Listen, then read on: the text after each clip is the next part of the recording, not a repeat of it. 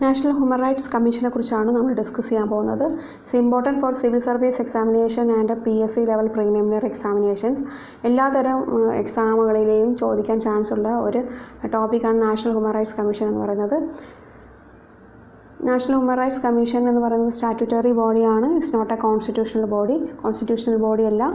12 October 1993 ആണ് ഇത് establish ചെയ്തത്. Protection of human rights act 1993 പ്രകാരമാണ് ഇത് നിലവിൽ വന്നത്. പിന്നെ 2006 ഇത് അമെൻഡ് ചെയ്യപ്പെട്ടിട്ടുണ്ട്. ഇതിൻ്റെ ഒരു ബാക്ക്ഗ്രൗണ്ട് എന്ന് പറഞ്ഞു കഴിഞ്ഞാൽ പാരീസ് പ്രിൻസിപ്പിൾ അടിസ്ഥാനമാണ്. പാരീസ് പ്രിൻസിപ്പിൾ നടന്നത് 1991 ഒക്ടോബറിൽ പാരീസിൽ നടന്നു. ഒരു നാഷണൽ ഇൻസ്റ്റിറ്റ്യൂഷൻ്റെ ഇൻ്റർനാഷണൽ വർക്ക്ഷോപ്പായിരുന്നു. ആ സമയത്ത് ഒരു പ്രിൻസിപ്പിൾ അഡോപ്റ്റ് ചെയ്യുണ്ടായി. അതാണ് promotion and protection of human rights എന്ന് പറയുന്ന ആ ഒരു പ്രിൻസിപ്പിൾ. അതിന് പാരീസ് പ്രിൻസിപ്പിൾ എന്നാണ് അറിയപ്പെടുന്നത്. പിന്നീട് 1993 ഡിസംബർ 20 ജനറൽ അസംബ്ലി, യുണൈറ്റഡ് നേഷൻ്റെ ജനറൽ അസംബ്ലി റെഗുലേഷൻ 48/134 പ്രകാരം അതിന് എൻഡോസ് ചെയ്യപ്പെട്ടു. നാഷണൽ ഹ്യൂമൻ റൈറ്റ്സ് കമ്മീഷൻ എന്ന് പറയുന്നത് ഇന്ത്യ കൺസേൺ ചെയ്യുന്നത് promotion and protection of human rights തന്നെയാണ്. എന്താണ് protection of human rights act ഇതിൽ പറയുന്ന പ്രൊട്ടക്ഷൻ ഓഫ് ഹ്യൂമൻ റൈറ്റ്സ് പറയുന്ന ഡിഫൈൻ ഹ്യൂമൻ റൈറ്റ്സിനെ കുറിച്ചുള്ള ഡിഫൈൻ എന്ന് പറയുന്നത് റൈറ്റ്സ് ജീവിതം അല്ലെങ്കിൽ ലിബർട്ടി, ഈക്വാലിറ്റി ആൻഡ് ഡിഗ്നിറ്റി. ഇതൊക്കെ ഇൻഡിവിജ്വൽസിന് കോൺസ്റ്റിറ്റ്യൂഷനും ഇൻ്റർനാഷണൽ ബോഡീസും പിന്നെ കോടതികളും ഇന്ത്യയിൽ എന്ത് ചെയ്യുന്നുണ്ട്, ഗ്യാരണ്ടി ചെയ്യുന്നുണ്ട്. അതാണ് ആ റൈറ്റ്സ് ആണ് എന്ന് പറയുന്നത് ഹ്യൂമൻ റൈറ്റ്സ് എന്ന് പറയുന്നത്. നാഷണൽ ഹ്യൂമൻ റൈറ്റ്സ് കമ്മീഷന് 5 ഡിവിഷൻസ് ഉണ്ട്. അവരുടെ വർക്കിംഗ് സ്ട്രക്ചറിൽ ലോ ഡിവിഷനുണ്ട്, ഇൻവെസ്റ്റിഗേഷൻ ഡിവിഷനുണ്ട്, policy research, project and program divisions, training division and administrative division ആണുള്ളത്. ഈ ഡിവിഷൻസൊക്കെ ബേസ് ചെയ്തിട്ടാണ് അവരുടെ പ്രോസസ്സ് നടക്കുന്നത്. പ്രസൻ്റ് ആയിട്ട് HL Dattu, justice HL Dattu ആണ് present chairperson, not chairman, chairperson. 2016 appoint ചെയ്യപ്പെട്ട അദ്ദേഹം ഡിസംബർ 2020 അത് റിസൈൻ അദ്ദേഹം അതിൻ്റെ കാലാവധി 10 ഇയർ കഴിയും. ഇദ്ദേഹം former chief justice of India ആയിരുന്നു. ഒബ്ജക്റ്റീവ്, നാഷണൽ ഹ്യൂമൻ റൈറ്റ്സ് കമ്മീഷൻ്റെ ഒബ്ജക്റ്റീവ് എന്ന് പറയുന്നത് ഇൻസ്റ്റിറ്റ്യൂഷണൽ അറേഞ്ച്മെൻറ്റ് സ്ട്രെങ്ത് ഉണ്ടാക്കുക എന്നതാണ്. അതെങ്ങനെയാണെന്ന് വെച്ചാൽ ഹ്യൂമൻ റൈറ്റ്സ് ഇഷ്യൂസിനെ അഡ്രസ്സ് ചെയ്തിട്ട് എൻറ്റയർലി ഫോക്കസ്ഡ് മാനറിൽ ഹ്യൂമൻ റൈറ്റ്സ് ഇഷ്യൂസിനെ അഡ്രസ്സ് ചെയ്തിട്ടാണ് നല്ലൊരു ഇൻസ്റ്റിറ്റ്യൂഷണൽ അറേഞ്ച്മെൻറ്റ് ഇതിനെ സ്ട്രെങ്തൻ ചെയ്യുന്നത് എന്നുള്ളതാണ് ഒബ്ജക്റ്റീവ് എന്ന് പറയുന്നത്.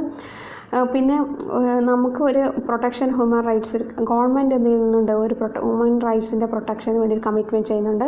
അതിൽ വല്ല അലിഗേഷൻസ് എക്സസ് ആയി വരികയാണെങ്കിൽ അതിനെ കൈകാര്യം ചെയ്യുന്നതും എന്നുള്ളത് ഒരു ഒബ്ജക്റ്റീവാണ്. പിന്നെ same direction human rights commissions ഒരു ഡയറക്ഷൻ, ആ ഡയറക്ഷൻ്റെ എഫോർട്ട്, ആ ഡയറക്ഷൻ്റെ എഫോർട്ടും സ്ട്രെങ്ത് നൽകാൻ വേണ്ടിയിട്ട് കോംപ്ലിമെൻ്റ് നൽകാൻ വേണ്ടിയിട്ടുള്ള എഫോർട്ടുകൾ സ്വീകരിക്കുക എന്നുള്ളതും ഒബ്ജക്റ്റീവാണ്. കമ്പോസിഷൻ, നാഷണൽ ഹ്യൂമൻ റൈറ്റ്സ് കമ്മീഷനിൽ ആരൊക്കെയാണ് ഉള്ളത്? മൾട്ടി മെമ്പർ ബോഡിയാണ്. ഒരു ചെയർപേഴ്സണും 5 മെമ്പേഴ്സും ആണുള്ളത്. മെമ്പേഴ്സിൽ serving and retired judge of supreme court ആവാം. ചെയർപേഴ്സൺ എന്ന് പറയുന്നത് retired chief justice of India അല്ലെങ്കിൽ judge of the supreme court ആയിരിക്കണം. സർവിങ് അല്ലെങ്കിൽ റിട്ടയർഡ് ജസ്റ്റിസ് ഓഫ് ഹൈക്കോർട്ട് എന്ന് പറയും, ഹൈക്കോർട്ടും. പിന്നെ 3 പേഴ്സൺസ് ഉണ്ടായിരിക്കണം. അപ്പോൾ ആ പേഴ്സണിൽ one of the person should be a woman ആയിരിക്കണം. ആ 3 പേഴ്സണിൽ ഒരാൾ. പിന്നെ വൈഡ് നോളജ് ഉണ്ടായിരിക്കണം. ഹ്യൂമൻ റൈറ്റ്സിനെ കുറിച്ചിട്ട് വൈഡ് നോളജും പ്രാക്ടിക്കൽ എക്സ്പീരിയൻസ് ഉള്ള ആളായിരിക്കണം ഈ പേഴ്സൺസ്, ഈ മെമ്പേഴ്സ് എന്ന് പറയുന്നവർ. അഡീഷണലായിട്ട് ഫുൾ ടൈം മെമ്പേഴ്സ് ഉണ്ട്. ആ ഫുൾ ടൈം മെമ്പേഴ്സ് എന്ന് പറയുന്നത് 7 ex officio മെമ്പേഴ്സാണ്. അവരെന്ന് പറയുന്നത് chairperson, national commission for minorities, SC and national schedule caste and schedule tribe and national commission for woman അതിൻ്റെയൊക്കെ ചെയർപേഴ്സൺ. പിന്നെ നാഷണൽ കമ്മീഷൻ ഫോർ ബാക്ക്വേർഡ് ക്ലാസിൻ്റെ chairperson, national commission for protection and child റൈറ്റ്സിൻ്റെ chairperson, chief commissioner for person with disability, ഇങ്ങനെയുള്ള members അവരെന്ന് പറയുന്നത് 7 ex officio മെമ്പേഴ്സാണ്. അവർ full time മെമ്പേഴ്സാണ്. ഇവരും ഒരു മെമ്പേഴ്സിൽ ഉണ്ട്. അപ്പോയിൻമെൻറ്റ് എന്ന് പറയുന്നത് പ്രസിഡൻറ്റ് അപ്പോയിൻമെൻറ്റ് ചെയ്യുന്നത് 6 മെമ്പർ കമ്മിറ്റീൻ്റെ അടിസ്ഥാനത്തിലാണ്. അവരുടെ റെക്കമെൻഡേഷൻ പ്രകാരമാണ് പ്രസിഡൻറ്റ് ചെയർപേഴ്സണെയും മെമ്പേഴ്സിനെ അപ്പോയിൻമെൻറ്റ് ചെയ്യുന്നത്.